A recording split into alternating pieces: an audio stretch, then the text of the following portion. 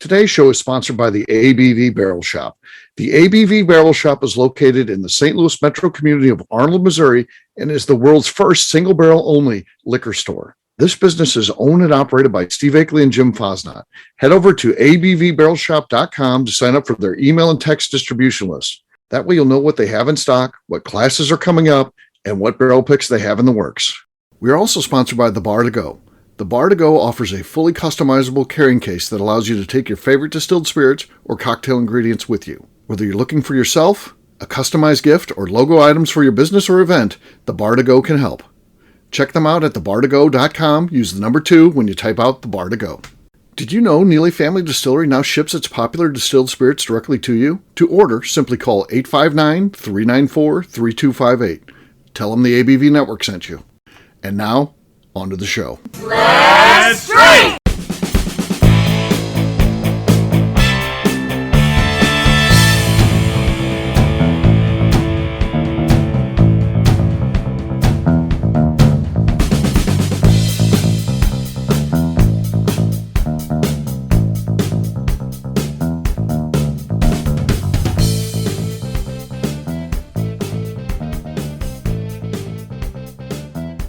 Welcome to the Bourbon Daily, the podcast about everything bourbon delivered to you every day of the week. Today on the show, we discuss the new distillery Demetrius Cain is moving into. My name is McNew. Please join me in welcoming my co-host, Steve Akeley, along with our special guests, Kathy Cool, Tim Swaya, and Demetrius Cain.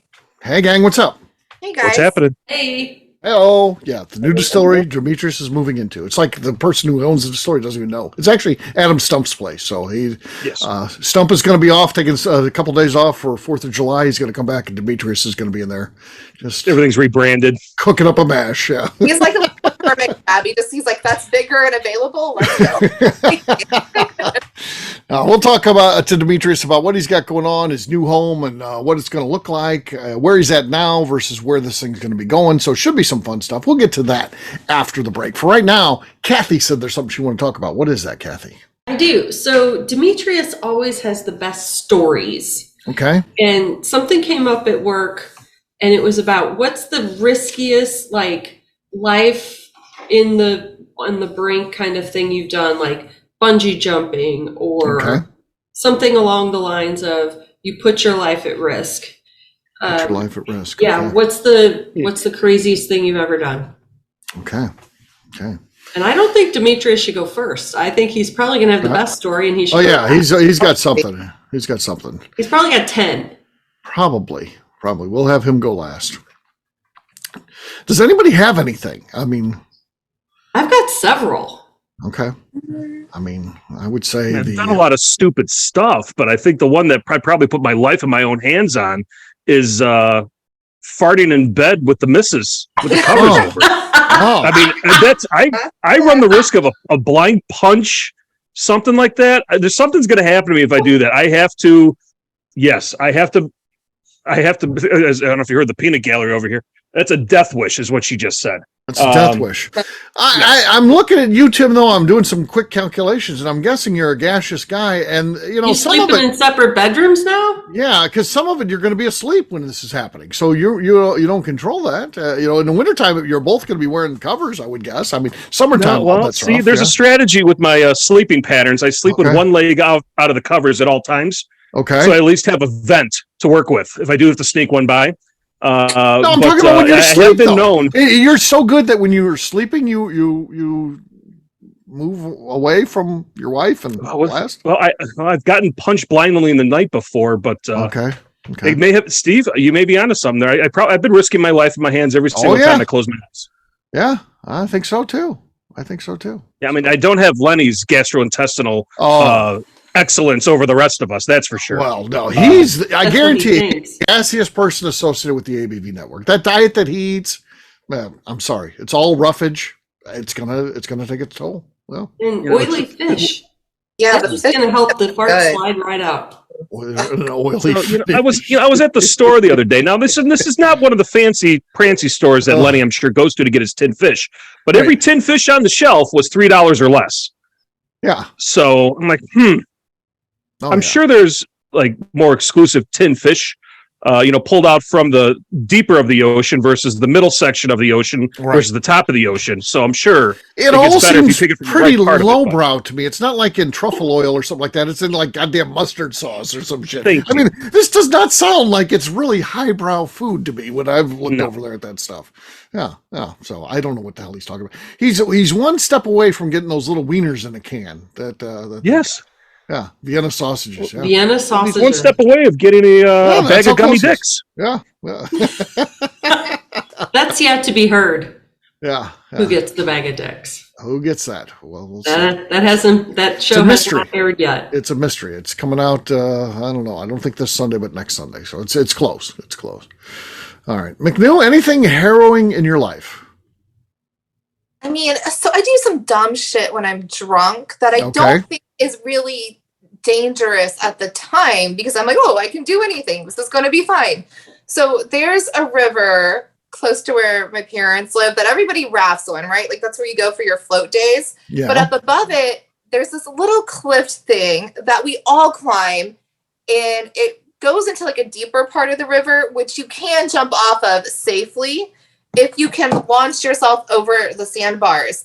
I'm not a coordinated person, and I don't know why I think I can do this every single time, but I always come with like in an inch of my life of not missing the sandbar and just hitting it.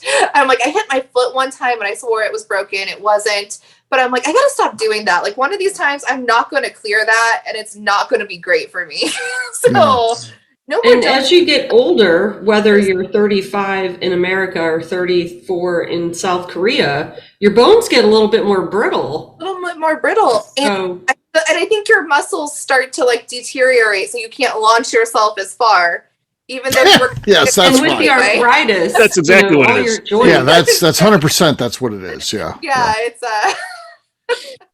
I just wish the audience could see Demetrius, his face and his face palming. He's like, this is what you people do all day. Yeah. Like I almost lose an arm or a digit or a appendage like every single day of my life. And this is this is your problems. You'll wait till I get up to bat. I wish you could see this. Why we're saving them for last. Yeah. My most life-threatening thing is often when I go out, I get the wings as the appetizer. So that's. Oh yeah. Long term, it's going to get me. It'll get me. Yeah. There's no doubt about that. So, that's mine. Yeah, one time when I was a kid, we had this what my parents called a clubhouse. It was a house on the river in High Ridge, Missouri. We lived in St. Louis. It was 27 miles away. My parents were very proud of the fact they had a lake river place, not with a lake place, but all the friends had lake houses. We had a river house, and it was they bought it for $3,000 to this house. No plumbing, so that was my dad got one of those construction shitters. And it was a big hill going down the back that went down to the river, and then there was another big hill that was very steep, and they had just cut steps into that. It was not fixed in any way; it was just mud cut steps. And my cousin and I were riding our bikes down there. We get as close as you can and go out. One time I thought, I'm just going to go down the steps because they can't see from the top of the hill. Once I go down those steps, they can't see. And I thought, this will be very controlled. I'll go down there. And of course, once I hit that thing, it was out of control and I'm going head over heels on the bike and all that shit. And then my dad, who was up there with my cousin who was my dad's age because divorce is his second family type of thing. And then my cousin who was his second cousin or whatever, who was my age, the kid that was riding the bikes too. So he's there, my older cousin and his wife, who was friends with my parents because they were their age. They're there all watching this. And of course, my dad comes running down. And then after I have this horrific bike crash, my dad just drags me up the fucking thing and just beats me right in front of the whole fucking crew there. The whole party, just, because I had the nerve to scare them to think that I might have died. So he decided just to beat me within an inch of my life in front of the crew. So yeah, that was a good time. That was probably as close as I got to dying because there was almost 2 deaths in one thing. If I had hit that river, who knows what happens? You get swept away. And then, of course, dealing with my father, once I got out of there. And then how do you recover from that? Then you're just hanging out with your cousin. You just got this beating. You're crying and stuff. And you're like, embarrassing. You want to go play Hot Wheels now or something? What the fuck? Kathy, how about you before we get to Demetrius? How about you? So you I guys felt like are therapy there. That felt like therapy. I know, right? You guys are I feel good. I feel good. Stuff. Oh, I wish you guys were here. I wish you guys were here. We could just do a group hug. Yeah. Yeah. I was thinking about maybe going on a hot air balloon a couple times, or when I went scuba diving with sharks. But you guys make me feel like maybe I should bring up, we had a creek that ran behind our house. Okay. And we would go ice skating on it in the winter. And one time I decided I'm going to go down there and ice skate by myself. And so I put my ice skates on, but you have to go down this really steep rock embankment to get down to the actual creek. Okay. I got my skates on and I just start sliding all the way down and I can't stop. And the ice, I was like, this ice isn't going to be solid. I'm going to go through, broke through the ice a little bit. And like, I think my foot went maybe 6 inches in the water, but I was pretty sure I was going to die. Yeah. Yeah. She came that close.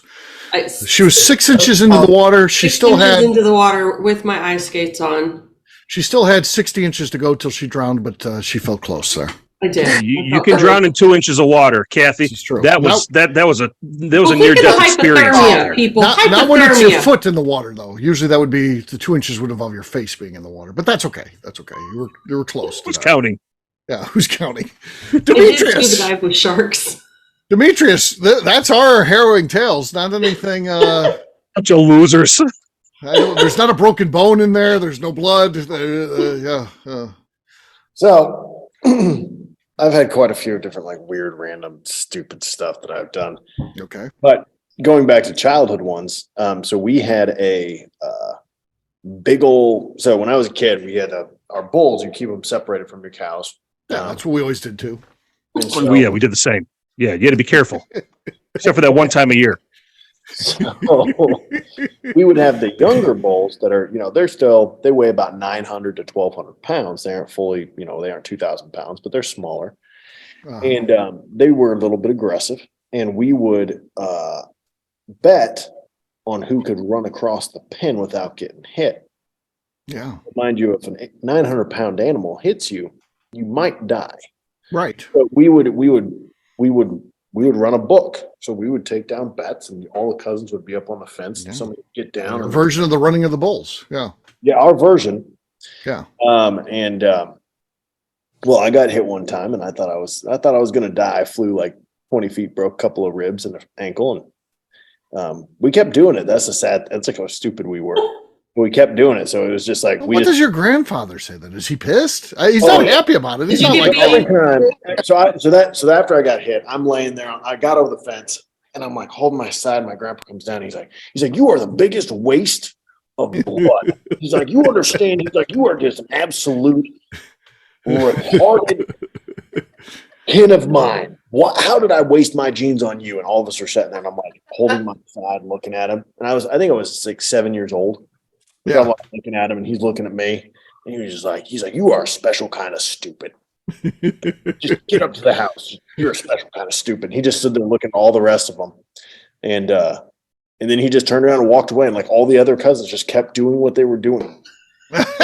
Man down. It doesn't matter. Just keep like I went up to the house and grabbed a pack of beef or something that we were going to have for dinner and put it on my side. And it was cold enough until we found out I had broken ribs and stuff. But yeah, so I think it was like 7 or 8. But the fun thing was you would convince other kids from school to come out and do it. No. Yeah, they didn't know. Yeah, luckily nobody got hurt too bad. But yeah. Did any of the cousins dress up as like rodeo clowns to lure the bull away when someone got hit? No, we weren't that smart. Nothing like that. Nobody thought of that. They didn't get that far into it. Yeah. No, that throws off the odds. You have to have somebody be able to get across the pin. You don't want to have variables when you're betting. You don't want to have it. So we were all about betting. And usually it wasn't with money. It was usually betting chores and, Yeah, stuff you don't have to do. Yeah. I don't know, Demetrius. That sounds kind of scary and everything like that. But I'll tell you, when the wife asks you, hey, does this look good? I'm more terrified of that than a 900-pound animal. No, you know the answer. You don't even have to look. You know the answer. There's only one answer, and it's never always the right one, but it's there for you. So I've never spoke about my wife too much on here. My wife is a second-degree black belt in Taekwondo, first degree in Jiu-Jitsu. She, to this day, we have been married for 8 years. We've got 4 kids. She still holds hurdling and sprinting records in her college. She's very fast. So not only can she kick my ass, I also can't run away. Right. Yeah. So she could be good to bet for when the bulls are around. She could get across the pen. She probably could. Much better than I could. Like, yeah.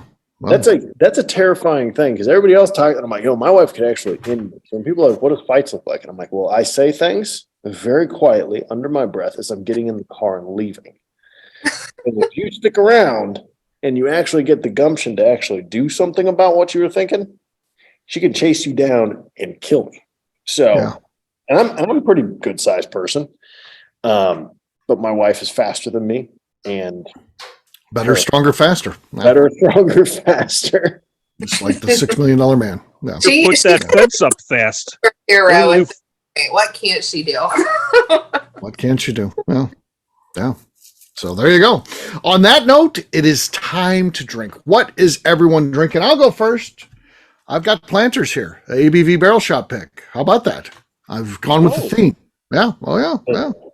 Somebody read the show notes. A little bit more than half full. So I'm hoping for good things. Here we go. Swide on the set. Oh, like a warm summer breeze. That was like a caress, that bottle pop. I think I'm going to win just because it was so nice and pleasant. All right. Yeah, that was there. Stop that. No, stop that. Now that's posturing. That's called posturing. That's minus 1 point for Kathy right there. All right. We'll see how that plays. That may or may not play into the final scores. We'll see. Demetrius, you're next. Alrighty. So I am drinking on some barrel pull from Boxing Bear. Okay. So here we go. Boxing Bear. Okay. Well, it was cute. It was sweet. It was cute. I was going for cute and caressing. Okay. Not as good as mine. You've got second place right now. You're sitting in a second. suave bear hug there. That's what that was. Kathy having a negative 1 point. That puts me like on a pretty solid second place right now. Okay. All right. Let's see how Kathy does. Kathy, what do you got? I've got Boxing Bear. Okay. Well, let's see how sweet and caressing your puppets. Okay. Well, there you go. That's enough to take the lead, despite the 1 point deduction. So she still has the lead. I'm in the solid third, but hold on to it. All right. McNew, what do you got? Before I go, can you guys hear the fireworks in my neighborhood? No. Can't hear a Damn thing. it. I was hoping if my cork pop sucked, maybe you would hear those. Okay. I have Larceny Barrel Proof. Okay. No, nothing there. Tim, you're last but not least. Yeah, I'm going to drink some Planters whiskey from the ABV Barrel Shop. Look at that. Oh, nice. I'd say halfway done. Yeah, So halfway. we'll give this thing a try. I don't know. We'll see. Swide on the set. Nothing over here. Silent. I swear, you practice not making noise. I know. How does he do that? Yes, Yeah. I do. I feel like you should get an award every show that we can't hear anything. Oh, yeah. Well, see, I'm going for most consecutive losses. So there's a place for somebody there, too. Right. Oh. Yeah. If you're not first, you're last, Tim. Getting There to that you go. last place. This is true. This is true. Kathy wins. So cheers to her. Cheers, everyone. All right, we're going to take a quick break. And then when we come back, we're going to be talking to Demetrius about this new distillery he's got going on. And I know he's in the process of moving right now, and we'll talk to him about where that's at, get a quick update, and find out more what's going to be happening. We'll do that in just a few.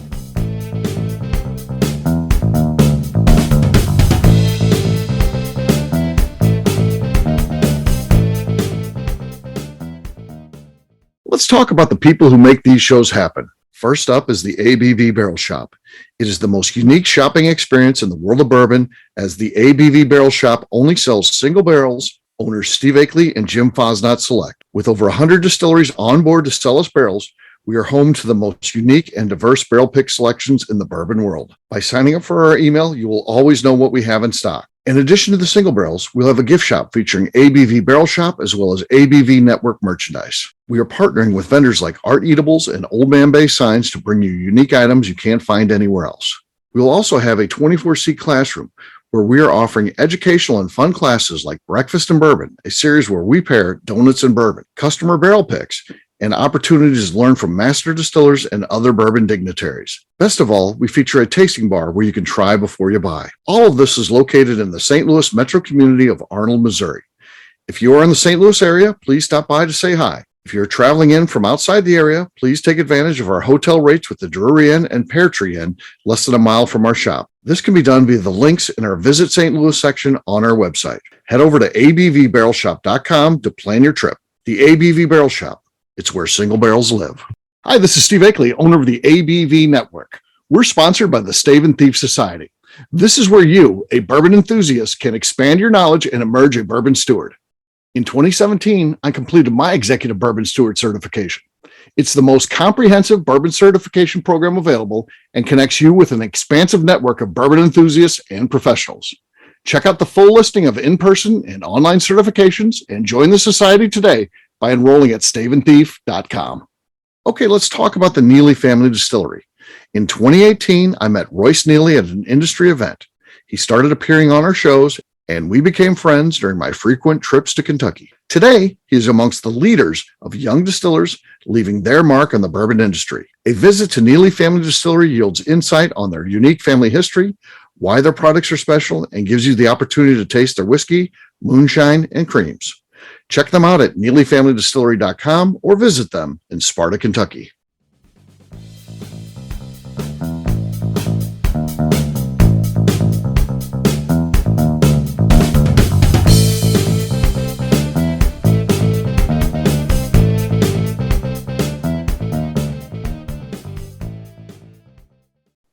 This is Debbie Kennard, and my altar drinking Edo is Freddie Miller. I'll drink to that. Welcome back to the Bourbon Daily. Today we're talking to Demetrius Cain about his new distillery. Yes, we are. So, Demetrius, you are at your third location within a year at this point, and that's got to be a crazy goddamn year for sure. So, and we've done the first barrel pick at every spot, so we can't wait to see where we go next. So we know that we have to get it on our calendar right away.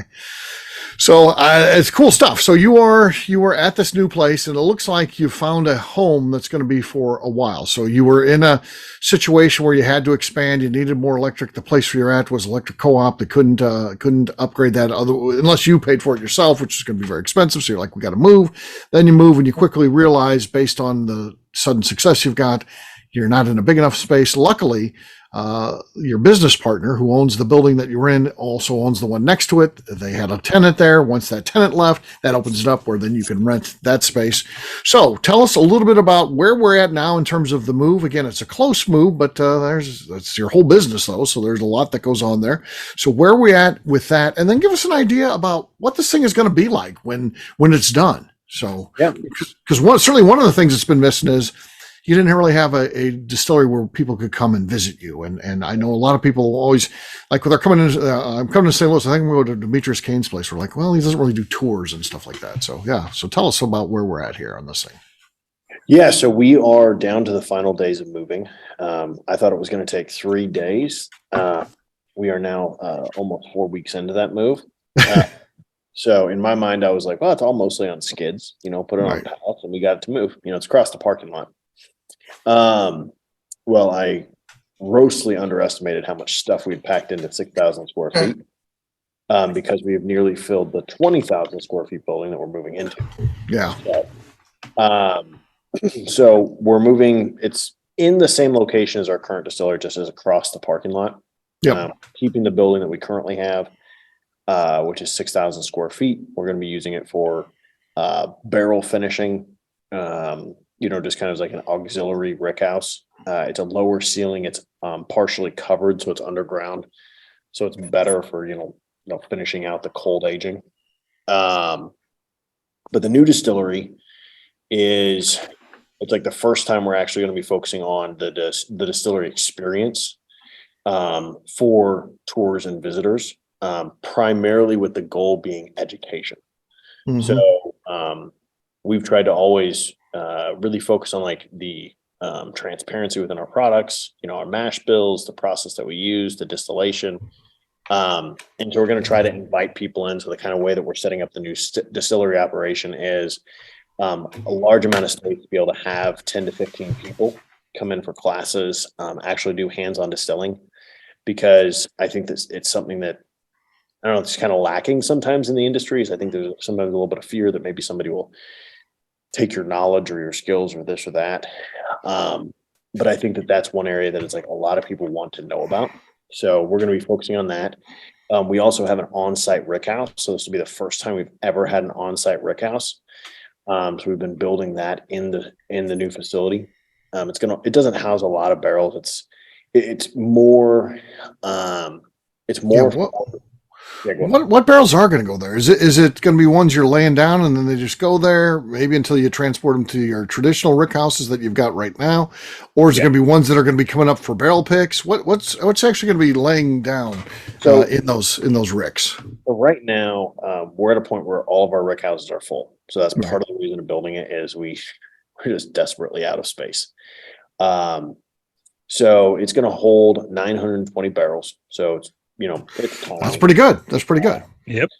But so the idea right now is that we're going to be putting in new make to start, and then we're going to also be offering classes. So when we do classes, people actually get to do a pick a mash bill. They get to work through the entire fermentation all the way through to distillation, and then that class gets to put up barrels, and those barrels will remain on site. So over the 4 years of aging.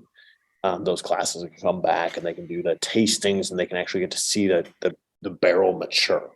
So some of the barrels will remain on site, but as we're pulling in barrel picks, we will begin transitioning new make off site. So it's going to be we're just going to be exchanging barrels in and out. So it's going to be things that stay on site in the rick house will be like educational barrels. So people have helped us come out and distill them. If we do group barrels or anything special. So we have different, there's different programs we're working on right now. So that rick house is on site. And then we have our full milling operation. We're going to try to move to the distillery as well, so that we can, it's more for like the classes because it's going to be a smaller mill. It's going to be more focused around single batches. So, 600 to 800 pounds of grain, at a run, not 10 to 20,000 pounds. And then I think too, is that because we do a lot of fermentation in dairy tankers, the way this distillery is a split level, so we can actually park dairy tankers in the bays up above and pump it straight down into the continuous columns. So that eases up a lot of work. Currently, we've just been parking them on a hill. Yeah. And so that's going to be kind of fun. The tasting room, we're building out a full-on tasting room. So it's going to be, probably able to seat up to about 70, 80 people. Yeah. Nice. And then we're going to be doing tours Fridays, Saturdays, and Sundays, focused on, everything from trying barrels. We're going to probably do barrel tours where people can actually join in with us and do kind of mock barrel picks, where they can go through as a group, taste some of our old barrels, and actually get to pull individual bottles from those barrels and then label them. There's going to be just operation distillery tours, and then obviously you can just come out and hang out, listen to music, and drink, and kind of be in the ambience of the distillery. So yeah, that's cool. Well, if you're going to sign up for that educational class that really takes you all the way through, and then ultimately you're even laying down barrels, and then you get to kind of check in on those barrels from time to time. And obviously, I assume when it gets bottled up, you get to buy some bottles from it. Tell us, what type of commitment is that? How many times are they going to come back to the distillery in terms of completing the coursework? Not following the aging of the barrel, but So what sort of time commitment do they have to allocate for that? So what we're going to do is, prior to signing up to the class, we're going to have probably something powered by like a Survey Monkey. Okay. And we're going to have everybody select the mash bill that they want to do, and it's going to be voted on. And so when they arrive, we're going to, it's going to be a little bit of that, the magic of the cooking shows. we're going to prepare one fermenter ready to go and one fermenter that they're going to build with us on site, and not take away from the, people getting to the actual grain they milled themselves. The idea is that I want you to be able to put like all in the same day in an 8-hour period. You can start from the beginning. We can mill the grain. We can start the fermenter, and then turn the other fermenter around and put it right into the still and distill. Right. So because it's fun to say, okay, every come out 3 weekends over the next 6 months, but people have schedules, people have lives. I've got 4 kids. It's hard to arrange all that. So for me, it's like when you sign up for a class, it's going to be Saturday mornings. And those classes will start, probably right around like 7 to 7:30 in the morning. Okay. Because the distillery will open up around noon to 1. And I want to be able to have kind of full range of the distillery with those classes. So, they have plenty of time to kind of get their hands wet and kind of like, get dirty doing the process. And they don't have to worry about tourists walking through while they're trying to learn, so it's like they really get to experience it with us. Okay. Very cool. Yeah. What do you guys want to know about this? Anybody on a team have questions? So in the place that you're in, didn't you have to dig a pit to fit your stills in? Yep. Comically, the new distillery also has a pit.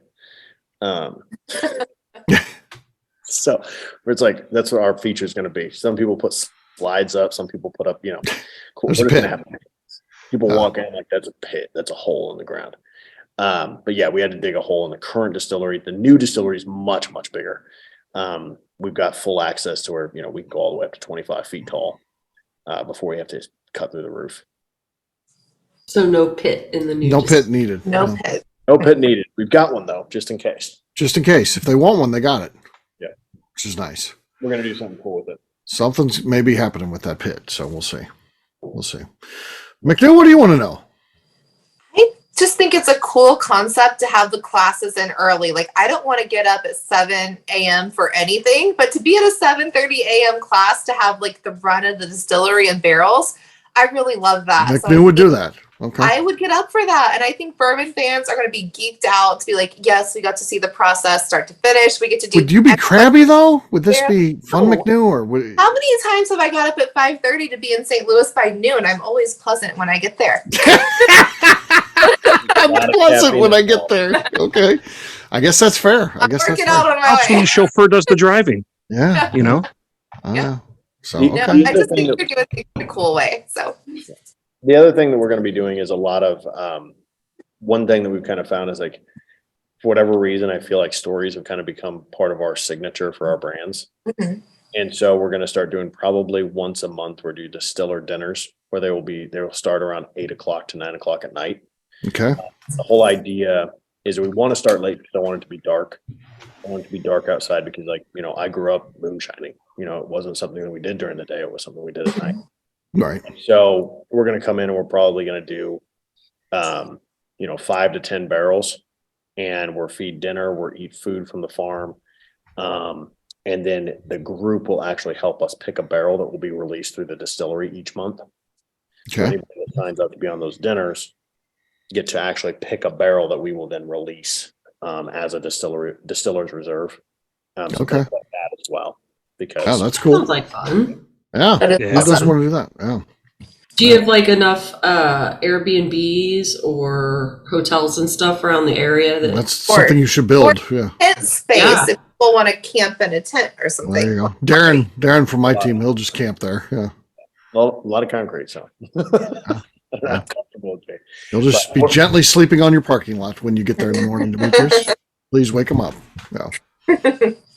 That'll be fun. He'll be in shorts and cowboy boots. So yeah. Well, there we go. That's the guy you look for. So, all right. That's the look. Yeah. Tim, how about you, man? Yeah. So Demetrius, I'm all geeked up about this whole education program, this, that, and the other. So have you thought about at the completion of that program, do you get a patch like I've been Nobleton's acknowledged? Or Nobleton certified, or more importantly, how do I get some of them t-shirt swag with that really nice material of yours? Is this going to be a way that we're going to be able to get that swag? Because Cassie keeps on talking about it, and I got to get my hands on one of these. There's no real Nobleton's gift shop at this point. So is there going to be a gift shop? There will be a gift shop, but there is going to be specific apparel and different things that we associate with classes for education. Okay. Any big boy sizes? Any big boy sizes? We will have everything. I'll get a couple. That's good. That's good to hear. But yeah, so we're going to be doing, because like one of our big things is it's like, I think that there's been a few programs out there that have done really good. They've, pretty much you spend $500 and you become an ambassador and you sign your name on a barrel or something. And sure. But for us, it's more about, I want you to come out and actually learn how to talk about our products as well as the industry. So, if you're saying, and one thing we never say is I'm like, I don't know all the correct terms. I've had distillers that have gone to school for years and years for the stuff correct me, where they will tell me, that's not that's not the term we use. And I'm like, okay, cool. So I'm like, we don't know everything, but the whole side for us is it's like, here's how we describe it. This is how we do it. And this is how we make our whiskey. And we just want to kind of bring people into that. And so, so there's going to be like exclusive stuff to those classes. And then also probably every year we will do like class reunions. I was going to say like an alumni network getting together, see how large this group gets. That would be those put me in connections. the inaugural class then. I need to be in that. So That's cool. Well, and then I just want to treat everybody like a real prick. I mean, I want to be like, what were you? You graduated third class? Jesus Christ. Student number 1. Don't look me in the eye. The idea is the class reunion is that every year we want people to come out and get back together and try the barrel they put up. Okay. And that's an easy way to do it, to say, hey, come out. We're going to grill. We're going to have some fun. And it's a way for people to kind of like try their barrels, and we can talk about what's going on. We can, just kind of have for fun. Tony's going to be in every class. He'll just sign up for everyone. There's no limit. Like I looked through their thing and there's no limit. He'll be telling you. There's like, just every class. But the thing that's kind of cool about it is that there will be people that will sign up multiple times because you want to try a different mash bill, and either we're going to have it where the class selects the mash bill or we're going to say which mash bill we're doing. That's not a bad idea because everybody could be selecting the same one. If I'm like, I want to do a different mash bill. Yeah. And so we might just run through our family 9, so each, so that if you have people that did one class and they're like, hey, I want to come back and I want to do 100% rye or a 95.5. Right. Or I want to see how that goes. Because like one of the things for us, it's like, it's going to be a little bit raw. Like there will be accidents that happen. Like, we've overboiled so many cooks, it's like, there's going to be messes made. And I want people to see that it's like, it's hard work, but when you're sitting back there having some kick-ass food, some stuff that we grow on the farm and we've eaten, like biscuits and gravy, and then you get to sit down and you get to, grind up grain and make whiskey. I'm like, there's very few things as American as that. Okay. Yeah. That sounds fun. Sounds fun, man. I think you're onto something special, so can't wait to get this going. When do we anticipate? And I know the move's just about done, but that's not open and ready for business and customers to come in and all that. When do you think that portion of it's going to be done? We're shooting for a soft open beginning of August. Okay. And it's going to kind of be, when we do soft open, we're going to try to shoot for primarily industry. Anybody that works in retail stores, anybody that works in restaurants, anybody that kind of works around the community. We're going to kind of drop some invites and kind of try to get people. Interesting. Because we want, I want to know where our, everybody that works in kind of hospitality. And yeah. Yeah. So we're going to do that first, and then we're going to do kind of a grand opening. Yeah, that'll be nice. That'll be nice. Wow. Sounds like you described me. I don't know. I think I'll be the only one there. It'll be just the only soft opening. It's just me. It's like, we got you. He went to the first one we ever did when it was pretty much just him. Yeah, I've been there before. Yeah. Jim and Darren need to be at the store. I can make it though. Right, I can make it. Yeah, well, that'll be good. That'll be good. All right. On that note, we'll wrap this one up as we always do by talking about where people can find us. Kathy, we're going to start with you. Where can people find you? You can find me on Instagram at KKCaskStrength. Tim. You can find me in my soon-to-be big boy size Nobleton's t-shirt at some point in time soon on Instagram at SwyGuy2112. Demetrius. You can find me at DemetriusCain.mo on Instagram or at Nobleton's on Facebook and Instagram. All right, McNew. I'm on Instagram at McNew ABV. For me, I'm an easy guy to find. I'm at Steve Akeley on Twitter, Instagram, or Facebook. I've got a website, steveakeley.com. I like Twitter. And of course, the important website, though, is abvnetwork.com. Check that one out. Everything that we do is out there. Previous shows, blogs, so much more, abvnetwork.com. Come by and see us, the ABV Barrel Shop. We'd love to show you what we have going on. I don't know what Kathy's doing there. But check us out online at abvbarrelshop.com. McNew, anything else to say before we get out of here? I would like to remind the audience to please give us a 5-star review. That includes comments. It helps new people find the show, which is very important to us. And if you like what we're doing, we ask that you please visit our Patreon page at patreon.com/the ABV Network. Great job today, gang. Finance will have a brand new show for you tomorrow. Looking forward to that. Until then, take care, everybody. See ya. Bye. See you, everyone. Peace.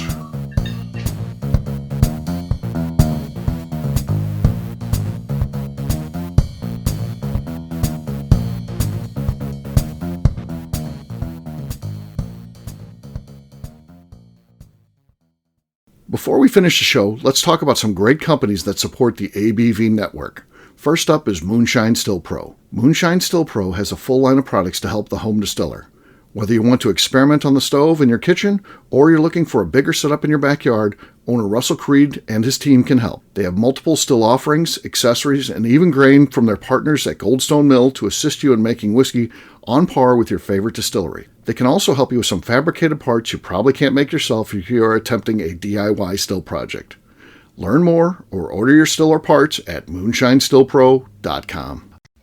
Last but not least is the ABV Barrel Shop. While we don't get to play in the allocated bourbon game because we aren't selling the other products you have to do to get those, we do have access via our friendships in the bourbon industry to some really cool stuff. Have you ever seen your favorite craft distiller selling some really cool limited offerings only in their gift shop? I'm talking things like the hazmat offering Distillery 291 did for their 10th anniversary, or Neely Family Distillery's Papaw's birthday barrel. They don't have enough of it to send it out to distributors, so they only sell it via their gift shop. Well, companies like Distillery 291 and Neely Family Distillery have agreed to sell us 2 or 3 cases of these offerings moving forward, meaning our store will have the access to some of the rarest whiskeys in the world. Way more difficult to come by than the allocated bourbon offerings with a national release. Yes, they will be extremely tough to come by, but if you're a customer of our store, you'll have a chance to get them. Get signed up for our email or text list over at abvbarrelshop.com so you don't miss out. The Bourbon Daily is part of the ABV Network. For more information or to become a sponsor, please visit abvnetwork.com. Thanks for listening and cheers. This has been a Steve Akeley production.